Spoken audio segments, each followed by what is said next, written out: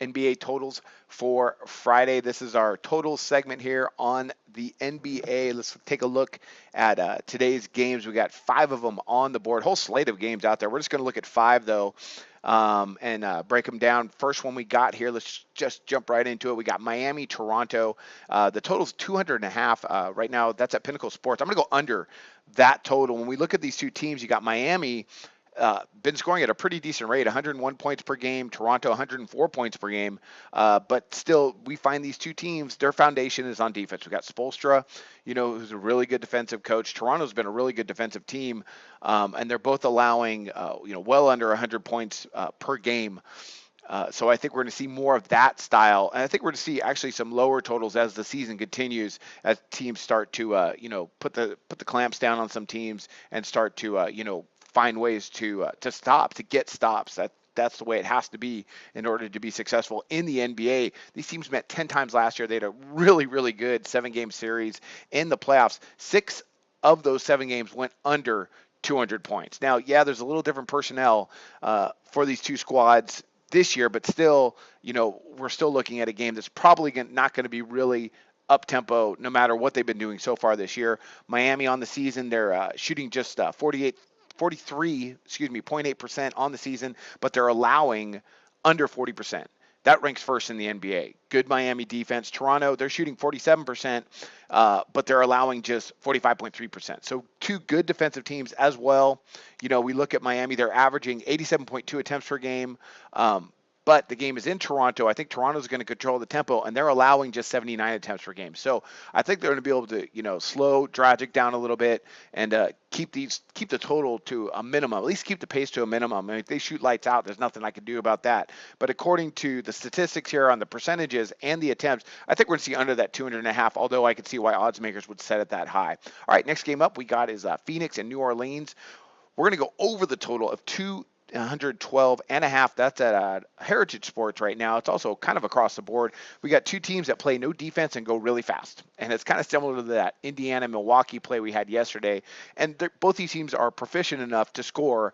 I think we're going to see a really high total. Last season, 3 out of the 4 went well over this total they had of 212 today, 212 and a half. And I think we're going to see something similar to that today, even though New Orleans is a little bit thin right now. Phoenix is averaging 104 points per game, but they're giving up 112.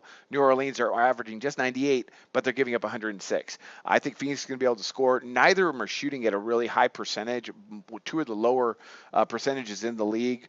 But still, you got Phoenix averaging almost 90 attempts per game, and New Orleans, of course, with Alvin Gentry, they're averaging about 89 attempts per game. Phoenix ranks 4th. New Orleans ranked 8th. I think this is going to be a really fast-paced game. If these guys can just knock down some shots, defensively, neither of them are particularly that good. So look for both these teams to be able to score and see a really fast one. Next one up, we got 3 more to go here. We got Los Angeles, the Clippers versus the Memphis Grizzlies. And I wavered on this one for a while, but I'm going to go under. I'm going to go under the 198. Even though the way Memphis has been playing a little bit different this year under David Fitzdale, but this is still, their foundation is on defense, and I'm hoping, after the way they've played this beginning of the year, they're going to get back to that, and they should against the Clippers.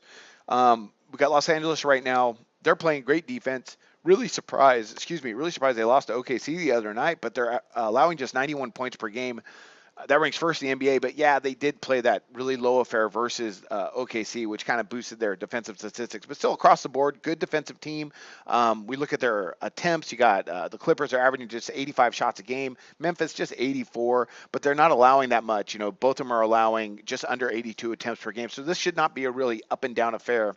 Last year we had their totals ended up at 186, 215, and 194.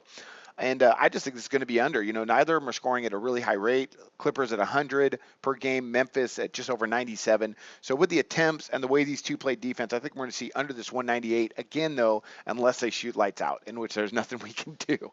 But according to the pace and the statistics, what I got going on here, I believe we're going to see under the total. So under the 198 for that one. We got two more here. We got Portland Trailblazers, Dallas Mavericks, where I'm going to go under the 206. And this reminds me of a play I had the other day in which I had Cleveland on the over on a game where the statistics really didn't say that. And this is kind of the same thing in this one. And that happens sometimes where you just have to make after doing this for years and years, where you just have to make the play you think is right. This is the play I think is right. You don't have to agree with me, because Portland, they're going nuts. I mean, they're averaging 110 points per game and giving up 115.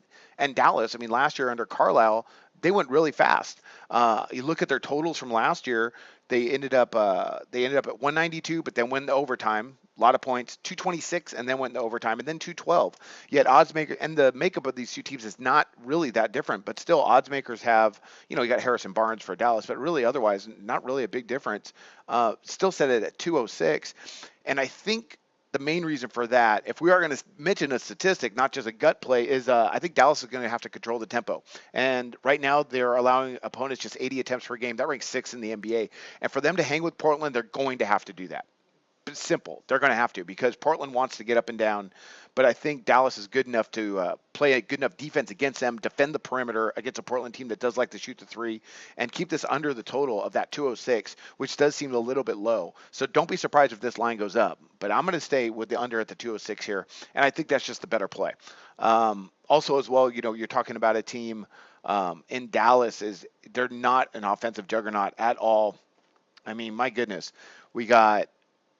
Gosh, Dallas, I mean, right now they're 24th in assists. They're really not moving the ball, really stagnant. They're just not playing good basketball. And then we got Portland here. 1 second on this statistic. I mean, yeah, okay, so Portland, and also another thing about the Trailblazers, sorry, I digress. I was going over a lot of numbers here. They scored a total of 217 points in their opener versus Utah. Every game since then has been 220 or more. And now odds makers come out with this game at 206. Something seems a little bit off. I think the smart play is on the under. That's where I'm going. All right, last play of the day. And again, you can agree with me or not. It's up to you. All right, but these are my plays.